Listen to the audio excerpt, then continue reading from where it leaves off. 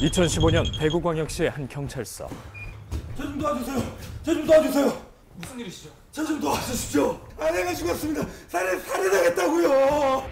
급하게 경찰서로 들어선 한 남성.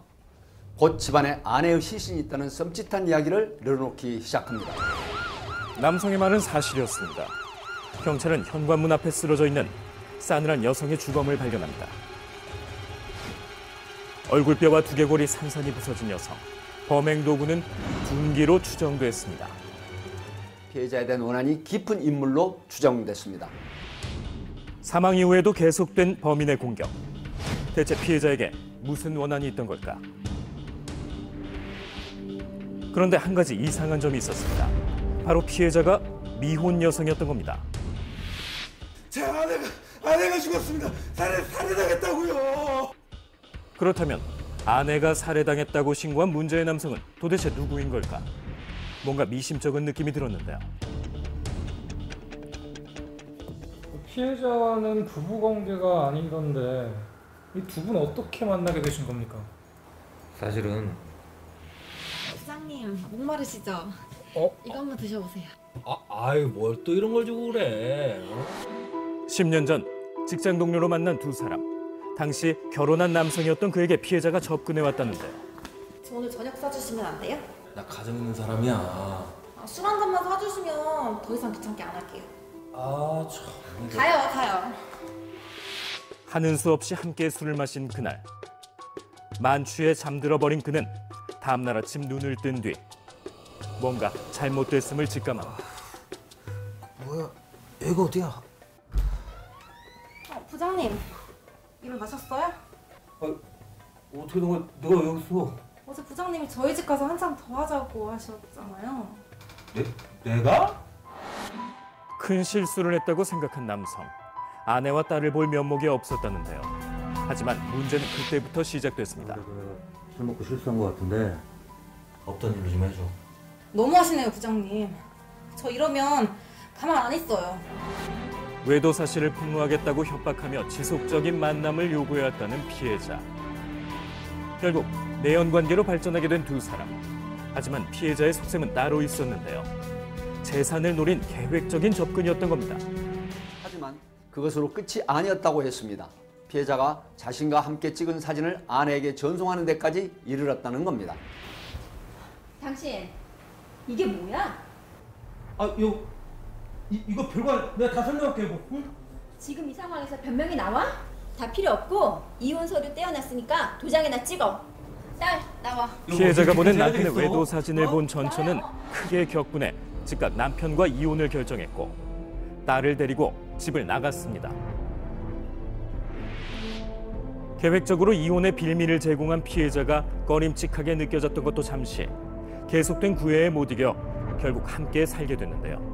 그 뒤로 벌써 10년째 동거 중이란 겁니다. 발견한 뒤 곧장 경찰서로 달려와 신고한 동거남. 그는 어째서 휴대전화를 이용해 신고하지 않고 굳이 경찰서로 직접 방문한 것일까? 그 이유를 제대로 확인할 필요가 있어 보였습니다. 휴대전화로 신고할 수도 있었는데 아니 왜 직접 경찰서까지 달려오신 겁니까? 전화기에 배터리가 없었습니다. 그래서 가까운 경찰서로 달려온 겁니다. 경찰의 눈에 띈 한 가지 수상한 정황. 피해자가 시신으로 발견되기 열흘 전부터 동거남의 휴대전화가 줄곧 꺼져 있었던 겁니다. 당신 휴대전화가 열흘 동안이나 꺼져 있던데요. 이게 왜 그런 건지 설명 좀 해주실 수 있습니까? 그게 그러니까. 왜? 나한테 이 정도도 못 해줘? 아니야 무슨 얘기를 그렇게 해? 해줄게. 자 됐지? 고마워. 지난 10년간 피해자에게 토지와 건물 등 자신의 전 재산을 넘겨줬다는 동거남. 제가 못나서 그런 거지 전처랑 딸한테는 잘못이 없잖아요. 그래서 몰래 생활비를 붙이고 있었습니다. 그런데 어떻게 알았는지 그 사람이 눈치를 챘더라고요. 당신 이거 뭐야? 남이 된 여자한테 돈을 왜 보내냐고! 제발 그만 좀 해! 딸 생활비도 보내지 말란 말이야! 그날 집을 나와서 열흘 정도 노숙을 했습니다. 충전할 곳이 없어서 휴대전화 배터리가 나간 거고요. 모든 경제권을 빼앗기고 쫓겨난 탓에 노숙을 할 수밖에 없었다고 했는데요. 이후 집을 나간 지 열흘 만에 귀가했지만 이미 아내는 누군가에게 살해된 뒤였고 일어나봐. 노숙 생활 중 휴대전화 전원이 꺼져버려 부득이하게 경찰서로 뛰쳐왔다는 겁니다. 동거남의 진술은 과연 사실인 걸까? 경찰이 동거남의 금융기록을 살펴보니 실제로 10년간 전처에게 생활비를 보내다가 몇 달 전 송금을 그만둔 것이 확인됩니다. 피해자에게 남편을 빼앗겨 이혼한 뒤 생활비 지원까지 받지 못하게 된 전처. 피해자에 대한 감정이 몹시 나빴을 그녀. 혹시 사건과 무슨 관계가 있는 것일까? 피해자 사망 추정 시각에 어디서 뭐 하셨습니까? 집에서 저녁을 먹고 있었을 거예요. 설마 절 지금 의심하시는 거예요? 사건 당일 집에 있었다는 전처의 주장. 혹시 거짓 진술을 하고 있는 건 아닐까? 전처의 집 전기 계량기를 확인한 경찰. 집안에 사람이 있었느냐 없었느냐 수사를 할 때 뭐 계량기라든가 수도 이런 부분들이 평소에 사용했던 부분하고 현저하게 차이가 날 때는 그 집에 사람이 없었다는 정황 증거로 할 수가 있습니다. 평소보다 약 3분의 1가량 낮은 전력 사용량. 집에 있었다는 전처의 주장이 거짓이라는 사실이 명백히 드러났습니다. 전처의 거짓 알리바이가 발각된 상황. 대체 무엇을 감추려고 했던 것일까? 경찰은 피해자가 사망하기 직전 한 통의 전화가 걸려왔다는 사실을 확인했습니다. 저는 전화하지 말라 그랬죠.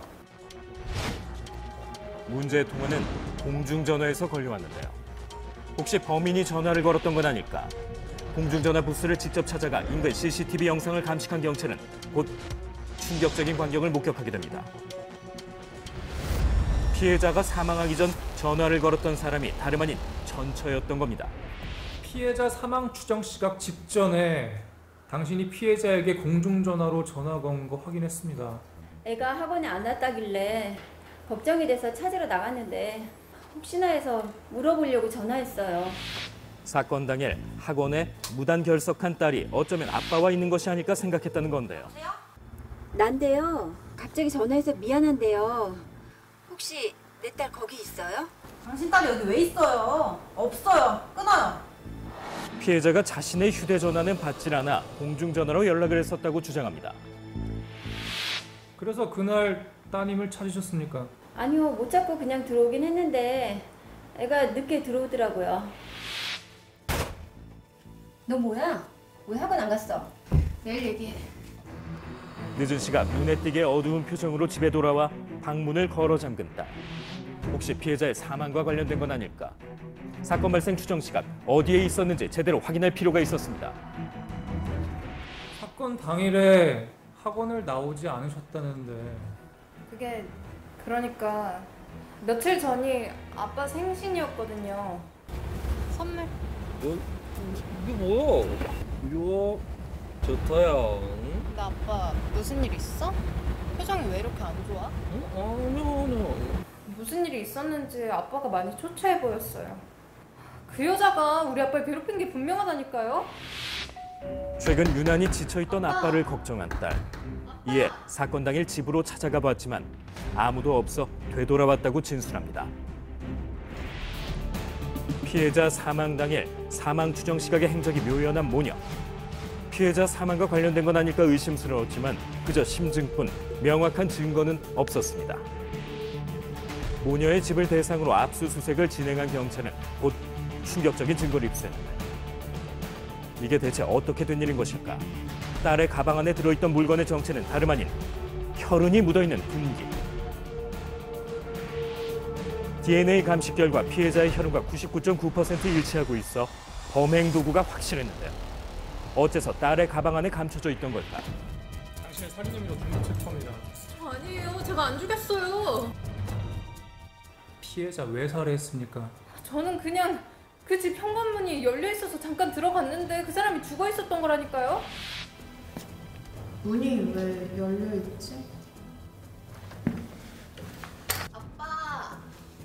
열려있는 현관문을 통해 들어갔을 땐 피해자는 이미 사망해 있었다는 건데요.